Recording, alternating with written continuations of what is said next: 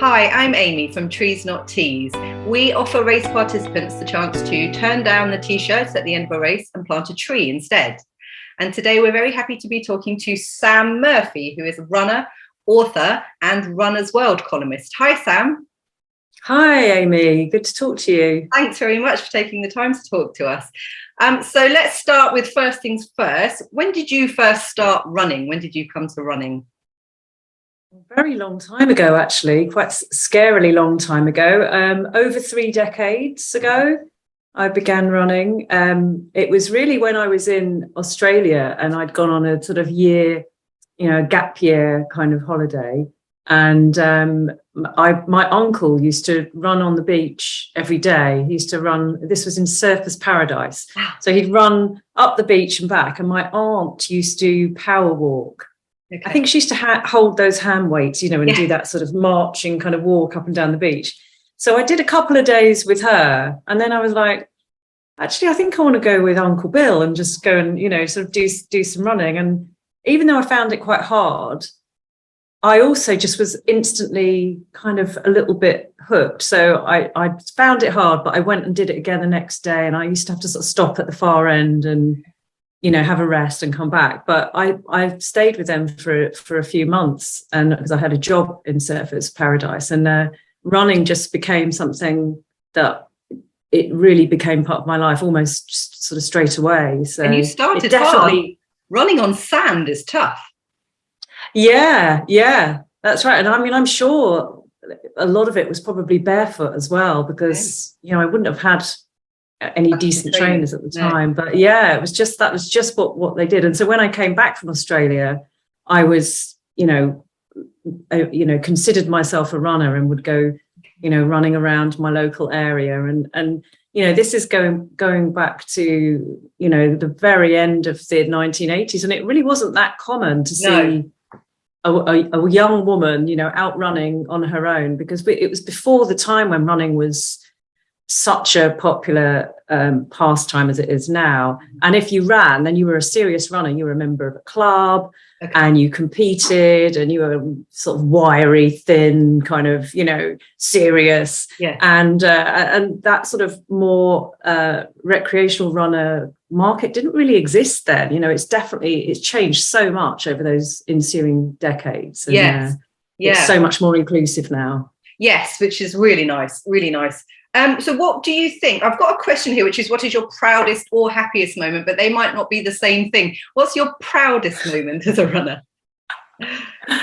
My proudest moment. Well, I mean, PBs are always very special, aren't they? When you kind of you attain a new PB. So I mean, I can particularly remember my marathon PB, my 5K PB, and my 10K PB. They're all sadly not as recent as I'd like them to be. And they were sort of all very, very memorable and special. But sort of painting myself as a more altruistic person here. But I also paced at the London Marathon one year. So I was one of the people with the big kind of flags on for the sub 4:30 runners, and that was a really, really proud achievement. I kind of got my little group of runners round and encouraged them and tried to sort of keep them entertained and keep them focused, make sure they were taking their gels and drinks, and got them round in 4 hours and 28 minutes and 30 seconds. Wow. I would think it must be tough to stick to the pace so carefully. Yeah, it is. It's quite a tough ask. I mean, you're never going to be asked to pace a time that you yourself would find hard to achieve. No. That's the kind of key thing. So you need to be comfortable, but you also need to have a good sense of pacing, even if you've got a watch at the same time, because you can't be sort of, we're a bit behind, we now need to do an 8-minute mile. I mean, no one's going to be very, very pleased with you if you suddenly suggest that. So it is really about keeping a really steady pace and just ticking out those miles or kilometers at very, very sort of steady level. Pace. So I was really proud of achieving that. So that's a really lovely thing to do. And speaking of marathons, your new book is Run Your Best Marathon. So yes, Yes. So can you tell, that's published by Bloomsbury. What was it? Yes. Have you got a copy of it one there here somewhere? Here it is. Oh, very nice. What inspired you then to write that book? Well, I think what inspired me was, I did write a book about running marathons in 2004, which was called Marathon from Start to Finish.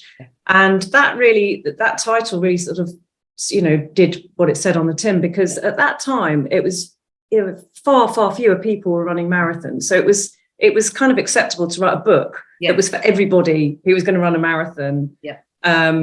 Whether they'd never run before. I remember having a program in that book which was for people who didn't run to get up to being able to run for 30 minutes. And now the market is so much bigger and it's much more nuanced. You've got lots of different people running, and so I felt that there was definitely room for a book that was aimed at a much more specific market. So the first line of the introduction is, "This is a book for runners." I really have aimed this book at people who, they might not have done a marathon, but they are a committed sort of, not experience, but, part of their life. Yeah, a little bit, they've certainly probably stood on a race start line before, even though it maybe wasn't a marathon. So that, I think, is a really specific market. And also that encompasses people who have done a marathon, or maybe even more than one, but they never feel they've quite got it right. They've never quite cracked it, and they never achieve what seems to be achievable on paper. They put in their times into a race calculator. Yes. And it says they should be able to do X, but they never have got near that, and it's just trying to sort of crack the code of, like, why is that not happening for you? So I've focused the book on that very specific market of people, and I think that probably it's a little bit about, that old saying about do what you've always done and you'll get what you've always got, right? And I like that, because I think a lot of the time people, they'll take part in a marathon, not achieve what they thought they should. So then the next time they go to train for it, they just do the same thing again and hope it's going to work better. And I think I'm trying to suggest to people, let's look at this with fresh eyes. Let's take a new approach to this. And a lot of the things that I've mentioned have been ways that my own running evolved over years of marathon running, that I started to change certain things about what I was doing. So I've tried to incorporate those into the book to just get people to just think a little bit differently, rather than just go through the same old motions and hope the results are going to be a bit better this time. You've sort of covered this, but I was going to say, what do you hope that readers will take from this? Is there anything specific that you can sort of pinpoint? Yeah, I think there are two things. I think one of them is just don't rush into it too soon. So one of the things that I suggest is that you should be very comfortable running 12 or 13 miles tomorrow before you embark on your marathon program. Because I think the problem often arises because people who aren't really marathon ready, maybe even doing 9 or 10 miles is going to be quite an ask for that first long run. So they do 9 or 10 miles, and then the next week they do 10 or 11, and then they do 12, 13. So you've got two problems there, because one is that your rate of progression is just quite steep, and that's going to keep on going right up to 18 or 20 miles. You're just going to go on the next week, and of course you might have the odd rest week, but it's a very, very steep rate of progression. And I think that is where a lot of people end up getting injured, right? Along that journey, because the rate of progression is too steep, and you're also spending too much time trying to get to that point where you can comfortably run 13 miles, right? And so my feeling is that you should already be able to do that before you start the build up for your marathon. A build up to marathon is a very sort of specific period, 12 weeks or 16 weeks or somewhere, around that sort of time. And that you're going to be working really hard through that time, but you've got to be at a certain point before you get to that. And it's not about being fast. It's just about being comfortable, with that distance. Got it, yeah. And then the other thing I think is that people see a time goal as something that, you know, it's almost like something on a supermarket shelf. It's like, I think, I'll have the 3:30 please, or like, I'd like the 4, you know. They kind of, that's the time that they want to run, and they're not factoring themselves into the equation. You know, they're not thinking, what is my level of experience, what are my strengths and weaknesses, what's my injury propensity, how many times am I willing and able to train per week, you know, what have my other races shown that I'm capable of. And you need to bring all of those things in order to say, well, what is a realistic goal? And this isn't necessarily about downgrading your goal, it might be upgrading your goal. But all these programs which are based on a particular duration, a time goal, you know, the sub 3:30 program, the sub 5-hour program, the sub 3-hour program. I mean, it's just so unrealistic to think that you and I and, 10 other people are all going to follow that program and get exactly the same result. It's just not going to happen, because we're all coming to it with very, very different, personal strengths and weaknesses and experiences and goals and desires and motivations. And so you have to kind of get to know yourself as a runner quite well in order to know how to get the best out of yourself in training. And so I've really tried to focus on that a lot in the book. It's actually like, let's not leave you out of this. Let's bring you into this so that you can make the decisions that are right for you. So do you cover how to kind of come up with what you think your predicted time might be? But maybe there's a whole section in it called All About You, which is really getting people to think about that and set, when you're setting a time goal, with lots of the things to consider, not just punching your time into a race prediction calculator, which is one thing to do for sure, but then to look at that in the light of lots of other factors, and then to come up with something that is, that you're happy with, that's realistic, challenging enough, and then to also review that along the way, because that's the other thing that often gets missed out. You've got your time goal and you're sticking rigidly to it, even though your mid-training races might suggest that that's just not realistic, or you've had some time off due to injury. It's still, no, I'm definitely going for that time goal, without, again, factoring in the reality of you and your situation into the training. So, so I've just tried to get people to think a little bit differently about themselves as a runner and about the marathon as a unique event, because you can get away with, let's say we could get up tomorrow and run a half marathon, probably, couldn't we? Yeah. It might not be our best, but we could do that. And we might make mistakes. We might set off way too fast and then really have to slow down because we didn't judge it correctly. We might not fuel properly.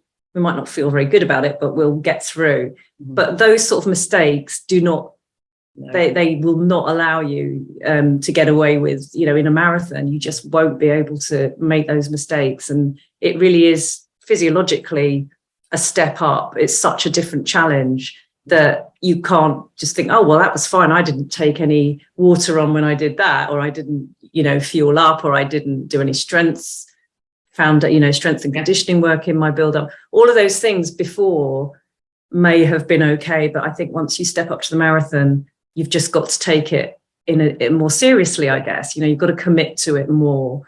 And if you really want to do it and enjoy it and get the best out of it, really reach your potential. Yeah. I think that's all so important what you're saying, because it is such a big thing to take on and to go through all that and then to run the whole thing and then to come out disappointed. I mean, that's really a sad way for it to sort of finish, isn't it? So if you can put this preparation in and avoid that happening, sounds very sensible. Yeah, definitely. And I think, we're just looking at, Eliud Kipchoge broke the world record again last weekend in the marathon at Berlin. And, you think of him, he's the best marathon runner in the world. He's got the best coaching and nutrition and support. All of those things are sort of in place for him. But he didn't go out and run his best ever marathon on the first time he ran one. And it took him a while to, with the sub 2 project, it took him a little while to achieve that. He didn't do it on the first attempt. And so despite the title of the book, The Run Your Best Marathon, it's a little bit cheeky, really, because running marathons is a bit of a journey, and Yes. and you're always going to learn so much from each race that you do. You take that away and you add that into your knowledge base and even your body, sort of your body's knowledge. Yes. And the next time you do it, you've got more information and more knowledge to put into that next race. So it might be that you run your best marathon so far, but then if you're going to do more, hopefully you'll keep learning new stuff. Yes. And be able to keep on improving. So definitely, maybe it should be run your best marathons. Yeah. Ultimately, you will run your best marathon. yeah, exactly. You sound to me like someone who's done quite a lot of events then, in one way and another. Do you do quite a lot of sort of structured events? I have done historically, not so much recently. Okay. But I've done hundreds of events over the years of running. I started racing almost straight away. Within my first year of becoming a runner, I'd done a race, and I've not really stopped until lockdown, I guess. And then since lockdown, I've really lost my appetite for it. Oh, interesting. For racing in a sort of strange way, and I think partly that has been to do with a bit of a shift in my thinking in terms of environmental issues. Right. So which is kind of what made me find out about. I always say it the wrong way around. Trees, not teas. Trees, not teas. I know. Well, I always find myself saying it the wrong way around. I was going to say to you, if you've done hundreds of events, then do you have lots of T-shirts? Do you have all the race T-shirts? Or I don't have. I have very, very few. I have one from 1991, I think, which I used for decorating. Yeah, one of my very, very first races. And it's covered in paint and it's a little bit torn up and stuff. But I love that because it just really reminds me of that particular race. And I have got the T-shirt from my one and only ultra, which was the Highland Fling, so 53-mile race in the Scottish Highlands. Mm-hmm. And that was so hard won, that T-shirt, that deserved it.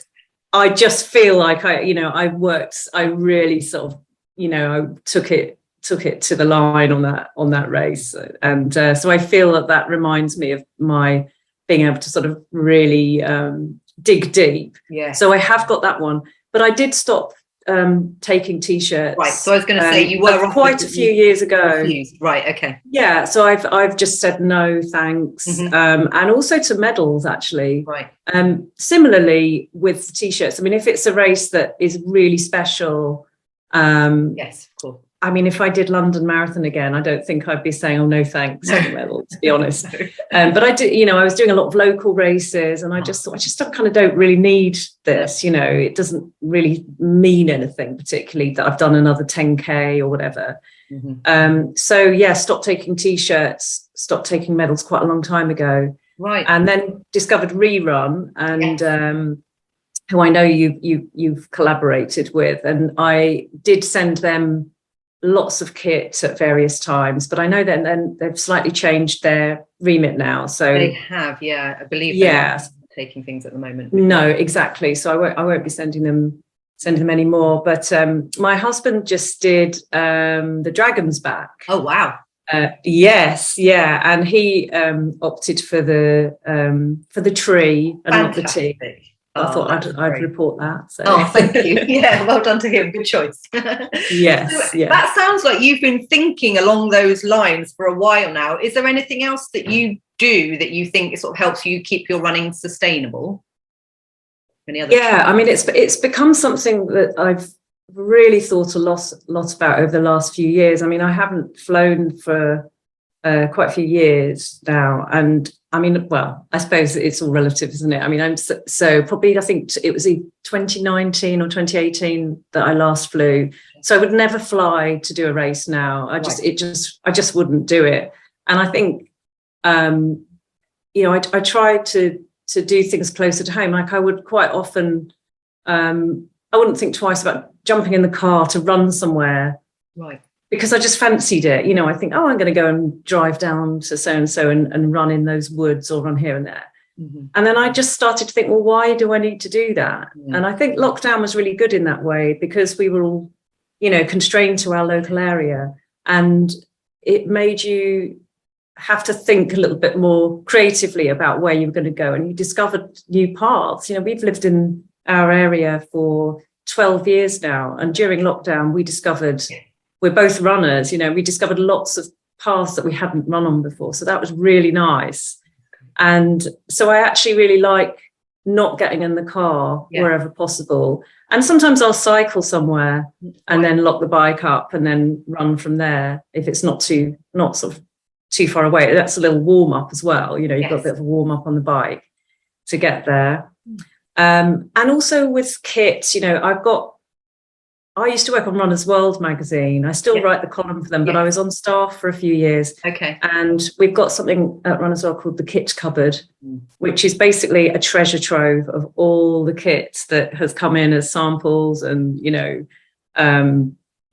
products to test. So you just had kit at your fingertips at all times. And I left the magazine in 2017, and most of the kit that I'm still running in now is from then. I have bought very, very little. I've even repaired a couple of things, which I'm very proud of. Yeah, what have you repaired? Very good at sewing. But I've repaired a pair of running tights that I really liked, and I've repaired a little small backpack which is a hydration pack carrying as well.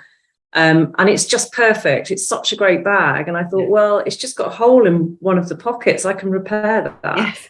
So I'm keeping things for a lot longer. Brilliant. And when I do buy things, I'm trying to support brands that are truly looking at sustainability. I mean, lots of the big brands are just bringing out a range of things that are more, you know, ecologically conscious or whatever. I mean, that really is greenwashing, because if you're still producing all the other stuff in the same, you know, carbon heavy usage way, then what does it really matter if you've got this one line of products? And so I kind of shun that, and I'm looking for brands that are, you know, B-Corp brands or, you know, that really do have the credentials to be calling themselves sustainable.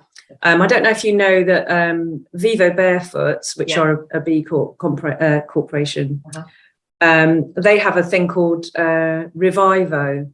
Right. Okay. And so that's second-hand shoes, because their running shoes are really nice. I like their shoes. Okay. So they have second-hand or, you know, sort of reconditioned shoes, which are much cheaper. So I like the idea that you're getting them cheaper. Yes. And the idea that it's just a circular, you know, it's much more of a circular economy. So people who are doing things like that, I'm really up for supporting that and using my voice. You know, in my column, I've mentioned yourselves in thank you very much column, and I also did a column about what me and my husband call the sniff test. Okay. So instead of just wearing it and then washing it, we wear it and then we kind of sniff it before we decide that it actually needs washing. And you know, unfortunately, a lot of running kit does get smelly quite quickly. Yeah, but not all of it. You know, I mean, you might have tops that need to be washed really regularly, but tights or shorts, you probably don't need to wash them quite as regularly. Even socks, you can get away with sometimes, especially if they've got some of the fibers in, like the silver antibacterial fibers, things like that, which will help to kind of keep smelly things at bay. So we try to think about it in every sort of aspect of running, really, and not just running, actually, you know, life in general. Yes, exactly. So that's been a really big shift, I think, over the last few years for me. That's brilliant. I know you did write a piece very kindly about us in Runner's World. So can I just ask you, what do you think about Trees Not Tees and what we do? I think it's fantastic. I think it's really good. I've recommended to races that I've done many times. I've sent them the email that, you know, to say, dear race director, why don't you do this? So I supported it in that way. I mean, it's a very simple idea, isn't it? It's a very simple idea. You've got a really good system of instigating it, making it easy for a race organizer to take on. Yeah. And I just think things like that are what's needed. Mm-hmm. And just going back to the Dragon's Back, my husband doing the Dragon's Back. Yeah. He also used that. There's a thing called Racelifts, right? Which it's a website, and if a race signs up to that, they can say these people are going to be traveling to this race from X location. Okay. Anyone else going from there? Fantastic. So he went on to there, and through that he met 2 or 3 guys from the same sort of part of the world who ended up, they had really great times going to like training races before the event itself. Okay. So it's up in the Lake District and stuff. So it's a really, really good way of getting to know other runners, as well as being a way of reducing your carbon footprint. So definitely, that's what I was going to say. That what other sort of thing, and that's a perfect example. What other things would you like to see happening in the running events industry that will help with that? And that's obviously a perfect example of something. That's a really good example, isn't it? And I think also, if race organisers can think about where their starts and finishes are, and actually putting them places which people can get to on public transport. And in rural areas, I mean, I live in a pretty rural area, so you can get trains, but if it's a Sunday, which most races are, you probably can't get there in time. You can get there at 10 o'clock or whatever, but if the race starts at 9 o'clock, well, you can't go by train, even though you would choose to if you could. So maybe looking at the start times if accessibility to public transport is difficult. Yes, and just getting rid of all the plastic as well, all this sort of everything from all that red and white tape, all the plastic tape everywhere. And when they're supplying water, it's often from just massive 6 packs of bottled water. And the plastic cups. I mean, maybe incentivizing runners to bring their own cup. And we've got one of those collapsible speed cups, which are really good. And you don't need, you just can carry it. It weighs nothing at all. Just carry that and get your own water. So either incentivizing people to do that, or almost penalizing people who don't do that. Saying, well, you have to pay a higher entry fee if you're not going to bring your own water. So that's all really good stuff there. Now, what would you say is your favorite kind of run to go on? What do you just love most? I think my running's really evolved over the last few years, since I sort of fell out of love with racing during the lockdown, or sort of caused by the lockdown, I guess.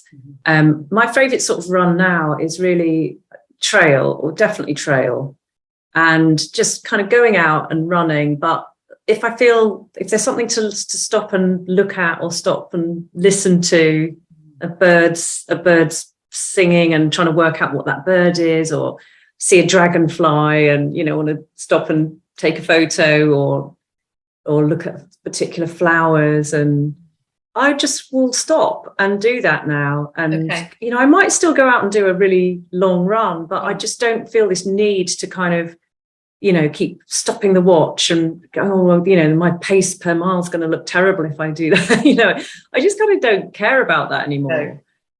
So I love to just run around the field borders and footpaths and woodlands. And we're really lucky. We do have loads of variety here. We've got we're quite near the sea, so we've got some flat runs down by the beach. And then we've got, Sussex is one of the most wooded counties left in the UK. So we've got lots of woodland and lots of agricultural land. So there's loads of places to run. And I love just kind of going out and exploring that. But I'm not averse to the odd speed session. I did a great speed session yesterday as well. So I still like to just kind of go out and run really hard. Yeah. Every once in a while. So what's next for you? Well, what's next is I'm already doing the what's next bit. So I'm actually just about to go back to year 2 of an MA in it's called Wild Writing. So it's quite an interesting title. People think it means wild as in sort of a wild abandon, Okay. free kind of writing. Yes. It's actually about nature and environmental writing. So it's looking at what's been written before, what's the role of writing about nature, how does it help us in the situation we're in with the ecological crisis and climate emergency now. So it's absolutely fascinating, and I'm really loving it.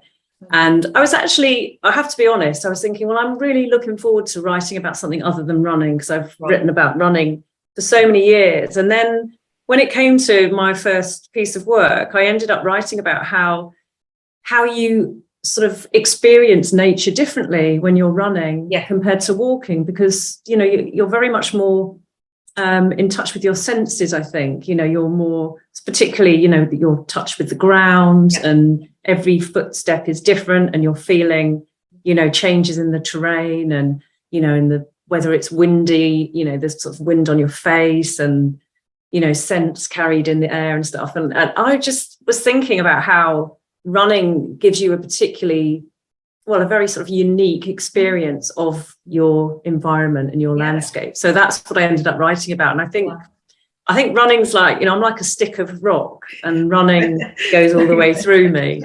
So I thought I wanted to sort of not write about running, but actually I just wanted to bring the nature side into my running. And I think maybe that's where I'd like to go with my next book, would be to sort of write more about the sort of spirit of running. So not the how to, but the why to, in a way, just thinking of the more holistic, what you get from being a runner, rather than just like, let's get faster. Yes. It sounds absolutely lovely. Sounds great. Yeah, I'll just have to suggest it to the publishers. Oh, that's brilliant. Oh, thank you so much, Sam. It's been really nice talking to you. Oh, really nice to talk to you too. Yeah, it's been great. Great. And thank you so much. And we're going to be running a giveaway of your book as well. So fantastic. Keep your eyes out for that. And Sam Murphy, thank you very much. Thank you, Amy. Bye.